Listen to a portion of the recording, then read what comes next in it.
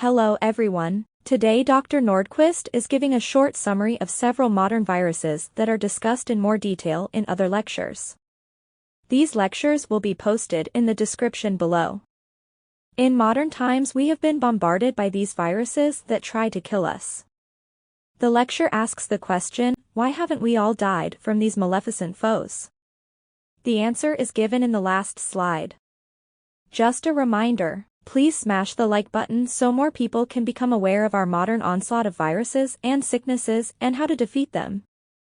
Also, please subscribe if you feel that we are helping to resolve this problem.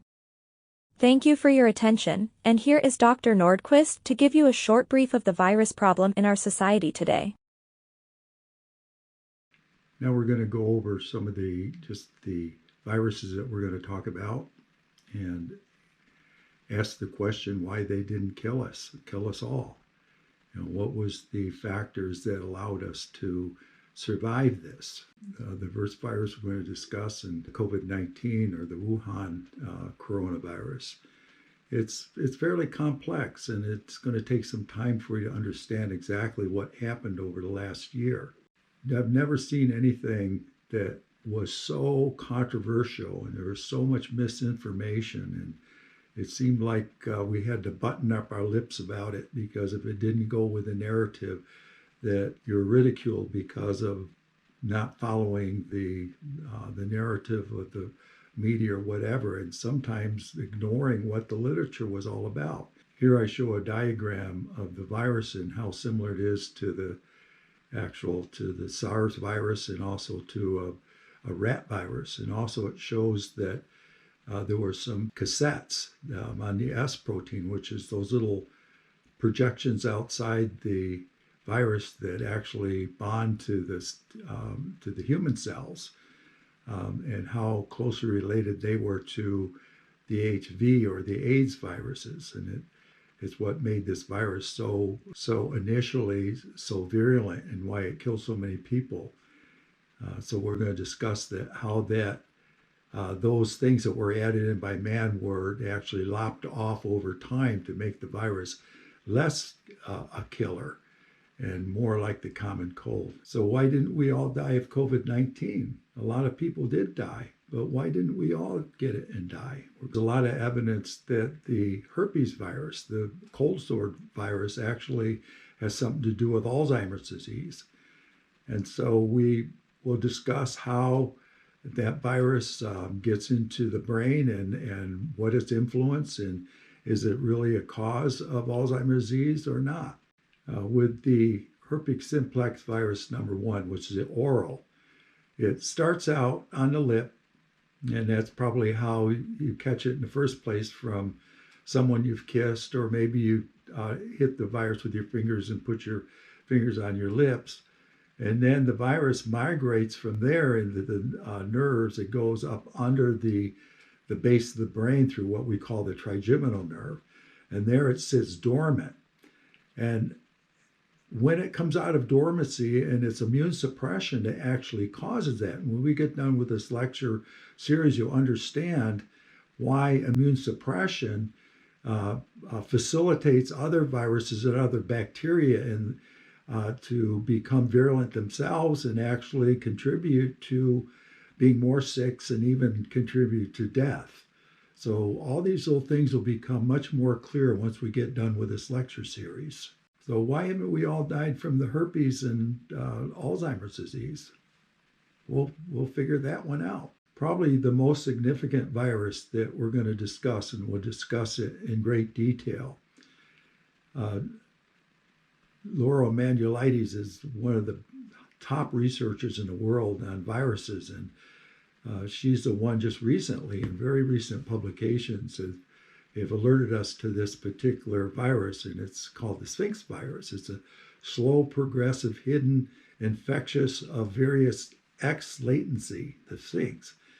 And these viruses are very, very small, and they're virus particles, and she thinks that these are related to what's called beta amyloid, which is the hallmark of Alzheimer's disease and diabetes. It's what seems to be prevalent in the lesions. But we now know that the beta amyloid really is the body's reaction to these viruses. And before we get done with the lecture series, you'll understand that in much more detail, because it's really hard. This whole subject is too complex to simplify it in just a few minutes. So it's going to take a lecture or two on this particular virus for you to understand it.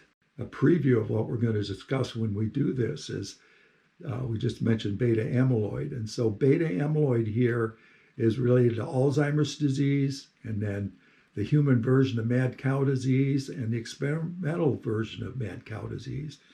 And the significance of this is quite dramatic for us in dentistry and medicine, especially those that do surgery, because the viruses that cause mad cow disease are encapsulated and they're very difficult to sterilize. So it creates a big problem for us in medicine, and we'll discuss that as we go along in this series. So if it's true that the Sphinx virus is involved with chronic diseases, and I'll give you some examples here, it's heart disease, cancer, respiratory diseases, stroke, Alzheimer's disease, and diabetes. So when you add up all the deaths from the various chronic diseases, it adds up to a very large number. 1,758,117. If you compare that to the deaths that as of 10/10/2020 was 214,000 people had died from that. But when you take into account that in the COVID-19, if you die of diabetes and you had COVID, then you're counted. So in reality, the COVID-19 probably didn't kill him. It was the diabetes or the heart disease or whatever. So the COVID-19 specifically didn't do it, but it kicked them over and they had it concurrent so that they actually added that into tally. So why haven't we all died from this Sphinx virus? This, again, we're going to discuss in greater detail as we move along in understanding how we avoid diseases, and if we have the diseases, how to reverse them. This is a very recent virus that has been discovered, or the problems with this virus has recently been discovered. And this particular virus, the coronavirus, it's found in Alzheimer's disease, almost 100% of the studies, so it goes along with Alzheimer's. Again, it's a small size with a capsid that's very high, protected and hard to sterilize. So the coronavirus is a class. Members cause significant health issues such as poliomyelitis, hepatitis A, and foot and mouth disease. And also the author of this particular paper claims it was a contaminant to a significant number of cell cultures used to produce vaccines. So it's very problematic, and the fact that this virus is so small and it's just been recently found that it makes it very difficult to produce vaccines, because what about other viruses similar to that? But the thing it is, we need to have an immune system that can handle all these various things, and my lecture series is going to show exactly how to have an immune system so that none of these viruses can touch you. So the question again I'm going to ask is, why haven't we all died from the coronavirus? This is the last of the viruses, and we'll discuss this in greater detail as we go. But it's called the XMRV virus. And this virus was discovered by Mikovits, a very famous biologist. And she wrote 2 books on the subject, The Plague of Corruption and Plague. And when this virus was found, it caused so much controversy in the field of biology that she was discredited, she was put in jail.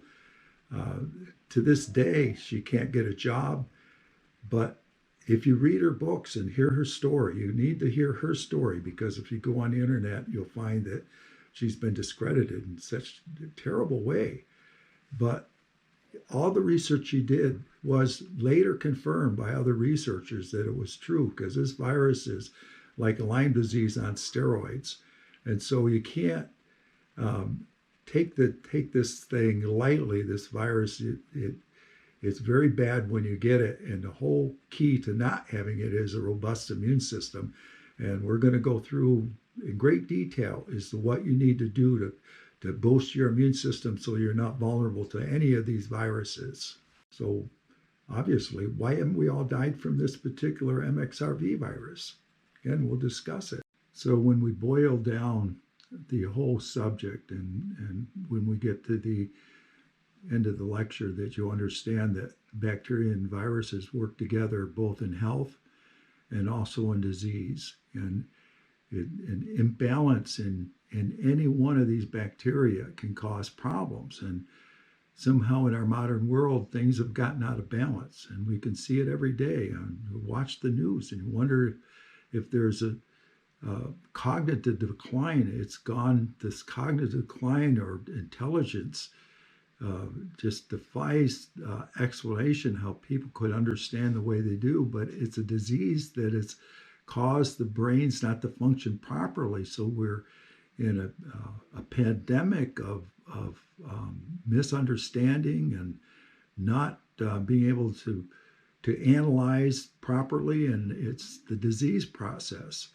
And it's caused from a basically imbalance in bacteria and viruses, and then it gets into the tissue in the body, and in the brain it causes various neurologic problems, and intelligence is a neurologic problem. So over time, Brasler in his book Missing Microbes is the book that kind of tipped the scales for me in understanding what this whole balance is and how we messed it up in our modern age. So this concludes this lecture, and I look forward to the next one. And again, we're going to break it down, each one. You didn't understand any of these viruses at this point, but as we break down each one, when we discuss it, you begin to understand, what you need to do on a daily basis to be able to have your immune system tip top, so that when any of these come along, even if you get the vaccine, but the thing is, the vaccine may not cover the next one, but a robust immune system will. So our whole purpose in my practice in San Diego is to take my patients, educate them, show them step by step what they need to do at home, in their diet, their lifestyle, everything that you need to do to boost your immune system. Because if your immune system is weak, or if your bacteria and viruses are out of balance, if your immune system can't modulate and it only reacts violently to everything, then you're going to have a problem. But over time, we can teach you the things that you need to do so that you can avoid some of these things that I've been talking about today. So I'll see you next time. Make sure you share this and also put a thumbs up for me. I appreciate it. Thank you very much.